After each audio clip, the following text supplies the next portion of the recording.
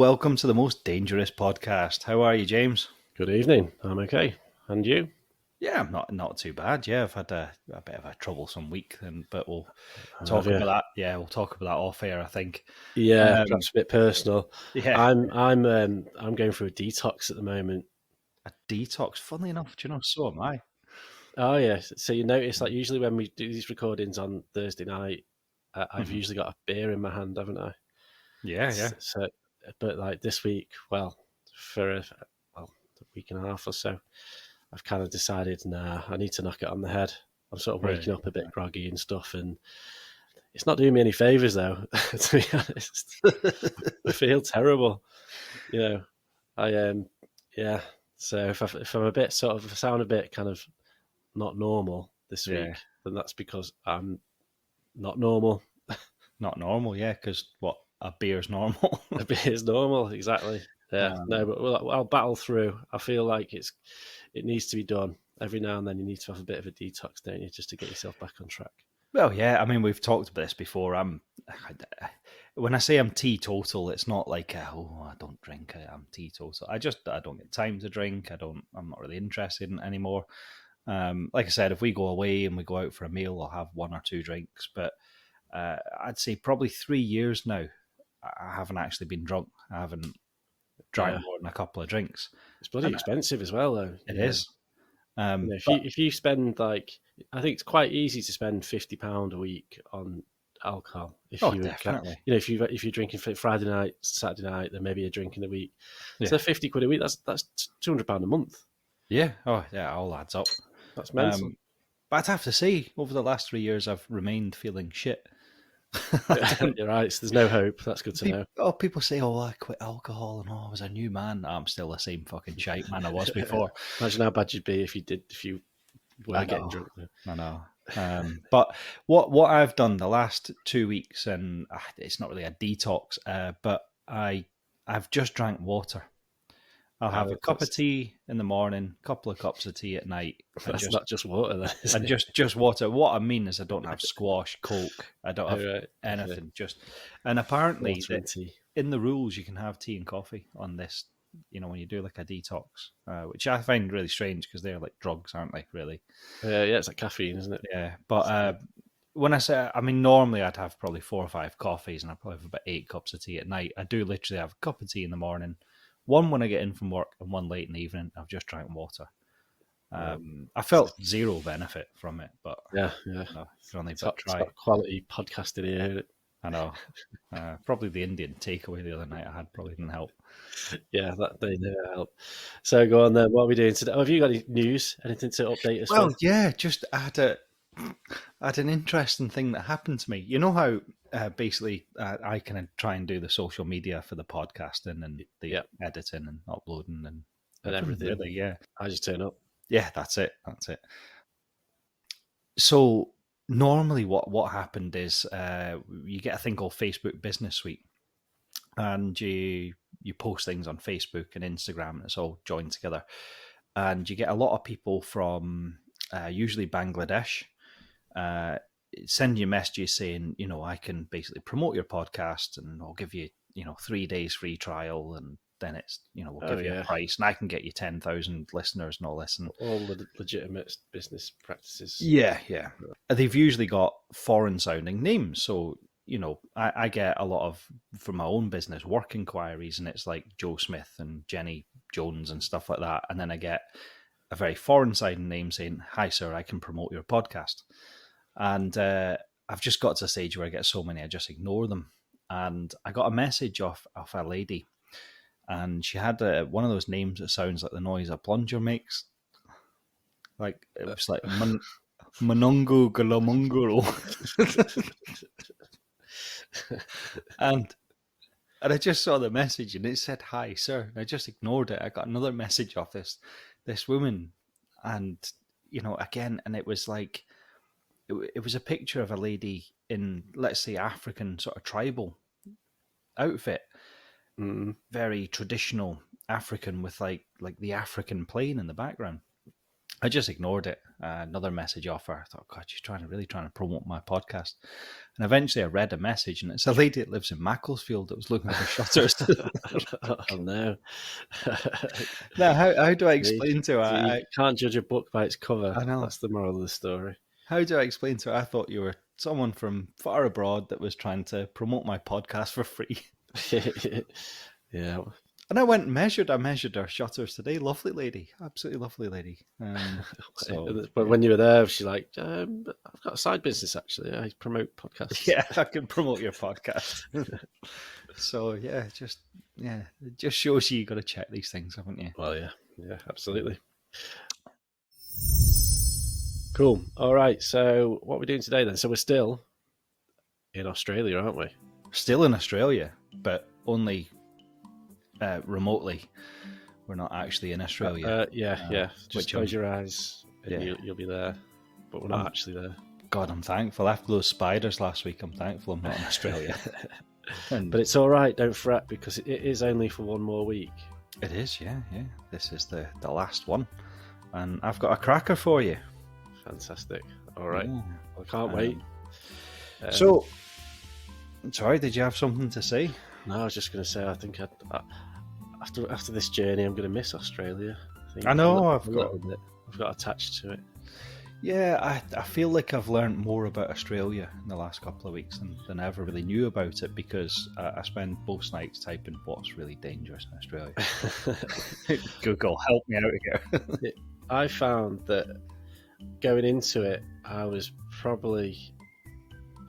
like terrified of the place. I was like, I'm never going there. It's just absolutely crackers. There's loads of dangerous stuff. Yeah. And likewise, like doing your research and stuff, you do sort of just generic searches, what's dangerous in Australia. And through the process, I feel more comfortable about it now, because whilst there are loads and loads of dangerous things, they don't seem to be that predominant in day-to-day Australian life, if you like. Absolutely. I mean, the thing that I got from last week is I was terrified of these funnel web and the redback spiders and stuff like that. And then you go, actually, between the funnel web and the redback, one person's died in 50 years. Yeah. They seem to be quite well equipped. You go, that hurt. Oh, okay, right now I've got 4 hours to get to a hospital. Otherwise, I might come out in a rash. Yeah, They're not quite as deadly as I thought they were. That's it. I thought people were sort of hiding in their houses and terrified to walk down the street, but it's not. Well, I mean, obviously I'm exaggerating, but you know what I mean. Of course, there's loads of other things that we could have covered and we haven't. No, I think sharks are quite. There's quite a lot of shark incidents in the waters and things like that, and crocodiles or alligators, whatever they have there. It was the saltwater crocodile. I mean, we didn't do those because they were the obvious ones. But again, all right, occasionally there might be an alligator, a saltwater crocodile walking down the street, but from reading around the subject, I don't think it happens that often. I think we're all right. I think if we went to Australia, we'd be okay. Yeah, see, I've got a feeling I could live my whole life in Australia and not be eaten by a crocodile, because I've got a rough idea of where they are. Yeah, I'm starting to feel the same, yeah. So if anyone wants to chip in and send us to Australia, it's just so we can check for ourselves. It's the usual details. JamesandFraserPod@gmail.com. We still can't afford that better email address, so donations, send them to me. If you send us there, we'll do a vlog while we're there. We'll try and locate the dangerous animals. Yeah. Actually, send us money so we can go to Australia. Anyway, sorry. What are you doing this week, Fraser? Well, what I'm doing is something that I never knew there was a dangerous one of these, James. I knew there was dangerous spiders and dangerous frogs and dangerous, all sorts of things, birds and stuff like that. So a dangerous bird. But I never knew there was a dangerous snail. Snail? Snail, yeah. Now, I mean... Okay, that's weird. It's not a snail that's going to catch you, because it's quite slow. It's actually a sea snail. And one of the main reasons it's dangerous is basically it's quite an attractive shell. Have you seen the type of snails that come in cone-shaped shells? Yeah, I have, yeah. Yeah, they're quite pretty. Some of the snails have quite pretty shells. Yeah. They're nice, I know the yeah. type you mean. Yeah, you get necklaces made out of them and stuff like that, and Not these kids. ones. Yeah, no, not these ones. But kids go to the beach and they like to collect the snail shells and make things out of them, stick them to paper and stuff, make them. So what's quite dangerous about these snails is they tend to be, they're in other places other than Australia. They tend to be around that sort of, we've talked about it before, the south sort of Asian area, Indonesia and places like that. Yeah, like the tropical area around the top. Yeah. But it's on the east coast of Africa and the west coast of Australia, so around sort of the edge of it's the Atlantic Ocean, isn't it? Just check your notes. Yeah. Hang on. Yes, it's the Indian Ocean. And but it's basically the west coast of Australia. We're talking about Australia, so these things are in Australia. And they're snails that are actually hunters. I always think of snails eating lettuce. Hunters? Plants. These are hunters. They can't be. They are definitely hunters. Ow. Yeah. So basically, what they do is they tend to hide, like a lot of things in the sea. They sort of hide under a little bit of sand, and they wait for a fish to come along. Now, these snails, instead of just being a normal, what you imagine, like a slug with a house on its back, they actually have like a sock type thing that comes out, like a tube. Okay, a house on it. Can I just is that actually a snail's house on the back? Oh, I mean, what else is it? I don't know. Because it goes in there, doesn't it, to sleep? Yes. I thought it was like, is that just like a childish thing? I don't know. It kind of is. It's like the hermit crabs. It goes in its little home, doesn't it? Yeah, I guess so. Yeah, like the hermit crab does. But that's not a snail, is it? That's a crab. Yeah, I don't think the snail's got like a telly and a snooker table. I saw this thing online once. One of those stupid kind of like posts. Yeah. It was like, you can have £1 million, Mm-hmm. but for the rest of your life, a snail is following you, and if it touches you, you die. But you're not allowed to leave the country. Right, okay. So if you want a kip, you have to run for 20 minutes or so. Yeah, you just have to sort of make sure sleep. the snail doesn't touch you. Yeah. It's like, that'd be really annoying. Yeah, but can it get in your house? Well, don't know, maybe. Snails do get in your house. Weirdly, don't they? If you ever had that, you get up in the morning and you go to your front door and there's a snail on the back of it, you're like, what the fuck? How'd you get in? You bastard. I can't remember what we were talking about. Snails. Yeah, that's the dangerous one that you... Oh, the dangerous one, yeah. Do you know something I learned recently? I'm trying to get a tortoise. I'm trying to get Laura to let me get a tortoise. Because, we're short of pets just now. And I didn't realise, I learned this a few years ago, that I thought, you can always think a tortoise is something that lives in a shell, but it actually is the shell. Yeah, I saw that. Yeah. Like Shell. It's like body. Yeah, it's just stuff in the shell. You can't take it out the shell. No. Again, being misled by cartoons again. Yeah, that's it. Yeah, like Super Mario as well. Yeah. That's a good its shell. Yeah. So this snail, so it's got like a sock thing that comes out, big tube, and inside the tube is what is actually a tooth, but it's a big long barb. So it waits for a fish. Imagine a harpoon, right? So a big long barb, kind of spiky end. So it waits for a fish to come along. What it does is the little sock, the little tube comes out and it smells in the water and it goes, right, there's a fish nearby, so the barb starts to come out. You ever watched Aliens? I have, yeah, but I was just going to say like an elephant's kind of nose, like trunk. Yeah, that's it. Sniffing around. Oh, it's creepy as hell, and it sort of sniffs about, and then you see the barb coming out, and it looks quite dirty, really, to be honest. But yeah, not quite phallic. Yeah. Phallic, yeah, that's the adult word I was looking for. So this barb comes out and it gets closer and closer to the fish, and then just bang, it skewers the fish. Now the poison in it is it's a tetrodotoxin, similar to the fugu. So it's a poison that completely paralyzes you. Oh, okay. And the reason that it's so strong in this snail is because snails, as we all know, aren't fast. So if it skewers the fish and the poison takes a minute to work, the fish is gone by the time the snail can actually. And something else is catch going to it. get it by the time it gets there. That's it. So this has to barb the fish and basically paralyze it instantly. Oh God, right. And then what it does, the barb then pulls the fish inside this sock type thing, which is like the snail's mouth, while it's still alive but paralyzed, and then it goes back under the sand and spends the next couple of days digesting it and living off it. Oh, so how big are these things? They can grow up to 6 inches, but normally they're 2-3 inches. Right, so it's only a kind of small fish then. We're not Oh, talking yeah, it's just tuna. no, just little fish, little like tetras and stuff like that. Little Right, oh, that sounds wee horrible. fish. So I get the image in my head, like it's kind of a torpedo spear type thing. It goes Yeah. into the fish and then sucks it in. I just think Aliens when that little mouth comes out and punches people. Oh wow, the alien's mouth. Yeah. Yeah.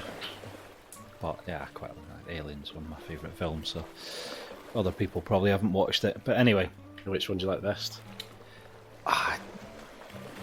The first one's an absolute classic because it's the first one, but I think the second one, Aliens, is the best film. It's got to be the first one. I mean, the second one is good. The second one's all action, isn't it? But I think the first one, I think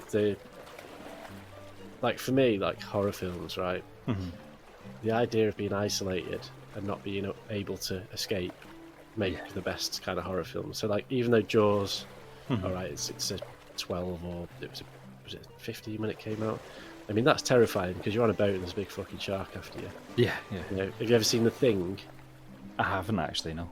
That's really good. But again, they're on like an Arctic base and they're stuck there and there's a big alien after them. And then again with Alien, the first one, they're stuck in the middle of space and there's this just absolutely terrifying, huge animal after them and they've got nowhere to go.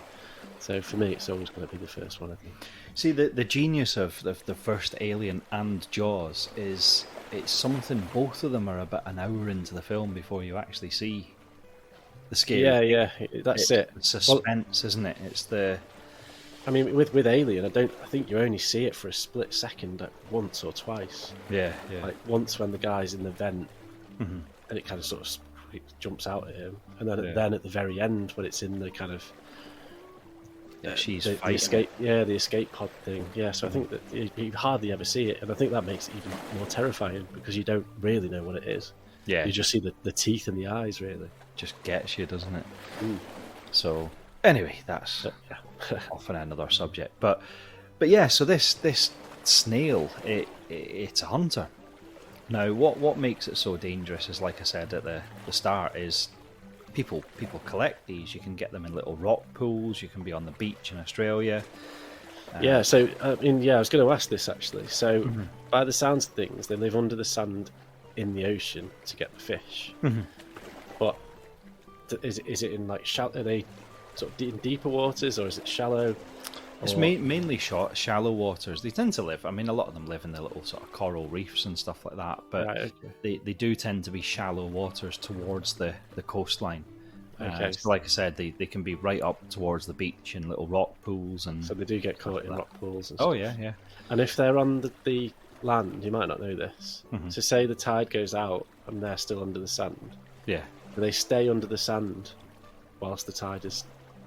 Yeah, they're like an underwater snail, so they wouldn't be able to, like, what does a snail do? Slither about on top of the sand. Yeah, so they just sit and wait for the tide to come back in. Absolutely, yeah. They just wait there. Okay. That makes it a bit scary. Yeah, so what happens is they can go right in their shell. So you can pick up a shell and think it's empty. Right. Okay. And they generally wouldn't come out of the water. But what a lot of people do is pick up a shell, oh, that's a lovely shell, and then swish it under the water to get the sand off it and stuff. And biff, it'll just barb you. Been harpooned. That's it. And quite often it can be children that pick these up. Like I said, children Did you collect just them. You just say Biff. Biff, yeah. Biff. Biff, it'll get you. What's our demographic again? What's our target audience? Oh, I don't know. Oh, yeah, okay. Biff, and you're dead. Fuck yeah, it's got you. I mean, what do you say? Whack, pow, zap. So yeah, and the tetrodotoxin that we've talked about before, it paralyzes you, and this it contains enough of the poison in one snail to kill 700 people. Oh, yeah. That's how much it's actually got in one snail. Yeah, so that's pretty potent. It is, yeah, and it was known as they called it the. Let me get this right. It was the cigarette killer, because they say that you've only got enough time to smoke a cigarette before you're dead. And I thought that's quite a weird way of doing it. But yeah, I bet loads of people have been like, "Oh, I'll just smoke this, and then I'll get and I'm dead." Yeah. Just time for my last cigarette. Yeah, but in truth, it can take hours. Right. It depends how far it gets into what bit of your bloodstream. If it gets into a real good vein, then yeah, it can work quite quickly. But generally, it's in your hands. It's just so you're not well, it goes into your bloodstream straight away, I suppose, but not in any sort of major. No, it takes a while to work around the system. And how much of the poison and so on. So basically, the only way there's no antidote. The only way to survive it is because it paralyzes you. What happens is your breathing stops, because your diaphragm doesn't work to breathe and you suffocate. So they basically have to put you on ventilation. And the poison itself isn't actually deadly. It doesn't cause, it's no neurotoxin or anything like that. So it just passes through your system. And it just paralyzes you, and that just your body just shuts down. Yeah, basically. It shuts down, but it does flush through your system, and you're fine the other end as long as you get ventilation. Yeah, God. To help you breathe. Have they got provision? Again, you might not know this. On the beaches and stuff like that, where these are local, they have sort of local provisions around the beach areas just in case this happens. Not as far as I know. If it's fast acting, yeah. You need to. Something needs to happen quick. You probably haven't got time to wait for the flying doctor to come over or whatever. I imagine they have, because alongside these, there's blue ring octopuses, there's box jellyfish, there's all sorts in the Australian seas. So I imagine any Australian beach that people are going in and out the water, there's some kind of hospital nearby. Yeah, that's true. I mean, the octopus that you touched on there was something that I wanted to do, but we're out of time, haven't we? But yeah, you're probably right. They've probably got, they've got these sort of lifeguard things, like on stilts, little huts. Yeah. They've probably got all sorts of all the antidotes and stuff in there, haven't they? They must be well equipped. Yeah. Yeah.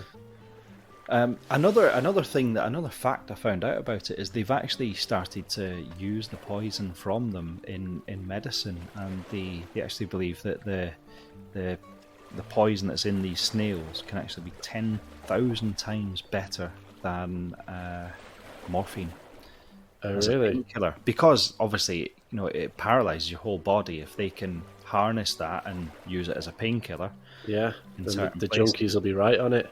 Oh, definitely, yeah. But they do say snails, mate.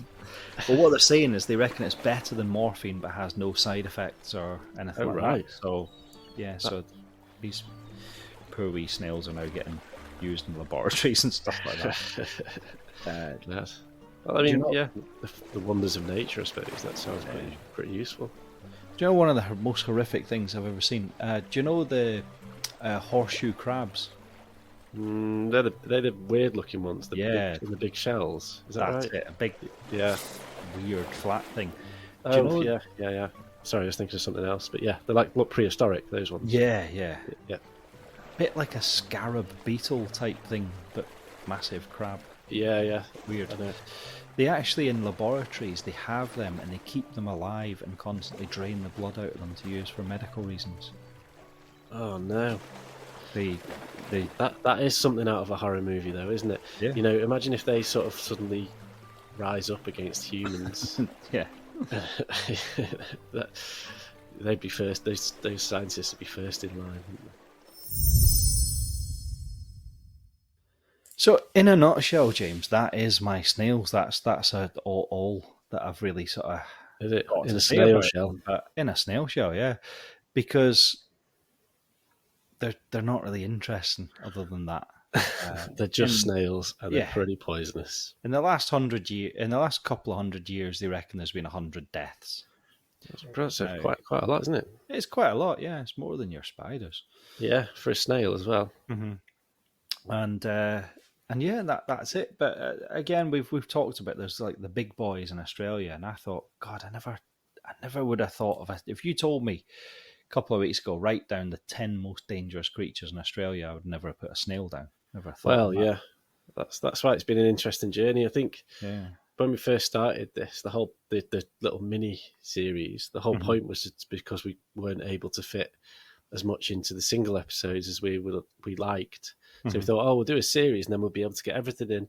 But even over this sort of, what is it, 6 episodes? Yeah. Like we've still not managed to cover everything that we've No. wanted to. So it goes to show, like, well, how vast the place is and how many Mm-hmm. dangerous creatures there are there. Yeah, yeah. It's part of me wants to go. I'd like to. I'd like to see Australia. I think it's a beautiful country, and something I would say is we've made our jokes about Australia and stuff like that, and I think I have. But anyone I know that's been there just says that they're such wonderful people, and something I quite like about Australia, and I don't know this obviously firsthand, but I believe that there's no real like class system. The lawyers and doctors will sit and drink with the blue collar workers. There's no, everyone seems to be on quite a sort of even par, no matter what job you do, how much you earn. They all dress Uh, very similar. There's not the same sort of aristocracy and class system that we have here, where I'm better than you and stuff like that. They're all just Australians. all right, Uh, it's that's interesting. something that I've been told, that they're very sort of down to earth. And You probably do, though. You probably get, like, because it used to be part of Britain, doesn't it? So I bet you still yeah, get these, like, old families that have been there for yeah, yeah. generations who are like, well, I'm third, fourth generation emigrated from England back in 16 and such. I'm Hmm. related to the Queen. I'm sure you get that side of it somewhere. Everywhere you Um, go, there's always a dickhead, isn't there? exactly. Yeah. But I mean, didn't we send a lot of prisoners over there? I think that would when we used to deport prisoners and stuff. It Yeah, used to be terrible as well. There used to be children and things like that. yeah, yeah. So, Yeah, anyway, that's probably another pod, I think. it is. Yeah, that's what we should do, a series on the shit things that Britain's done to the world.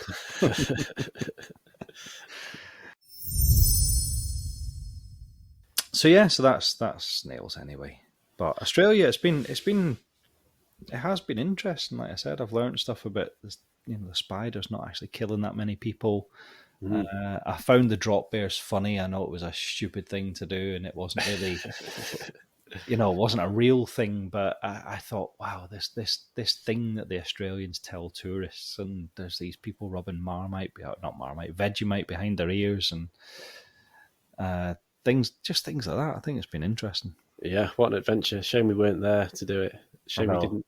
Shame it's funny we've done it through sort of January when it's been like the most miserable weather and stuff. And it's like their summer as well. You just kind of sat here going, yeah, Australia. Yeah. So, So thanks everyone for listening to our podcast and our mini series on Australia. Like we said, it's been an adventure for us. I hope it's been an adventure for you. We keep saying this. If you get a chance to like, share, do what you can to promote the podcast. We love doing it. We love to see that you guys are downloading it and you're enjoying it. And it's just something we do for fun, but we'd love to grow it. We'd love to get a bigger audience. So anything you can do to help us, that would be fantastic. But we do have we've got a wee bit of news. There's going to be some changes, and I'll let James take the lead on this. Okay, breaking news. So this is our 21st episode, I think, or we've done 20 odd episodes. We've been doing it for about 6 months now. And you can probably hear from start to finish. We do this like weekly. We don't get paid for it. We don't get sponsors or anything like that. We just do it off our own back and for the joy of it and for the fun of it. But the breaking news is we're going to have a bit of a holiday because I think we deserve it. It's been about 6 months, I think, non-stop. It has, yeah. Every week, apart from over Christmas where there was a couple of breaks for illness. But even so, an episode went out each week. So we're going to take a week off and we are going to come back. We're going to call this the end of season 1. And we're going to come back. Let me just check the dates here now. So there'll be a pod on Sunday. There'll be no pod on the 2nd of March. And then we should be back, all being well, providing we're still around and not being stung by a box jellyfish or snail or anything like that. We should be back on the 9th of March with our opening episode of season 2.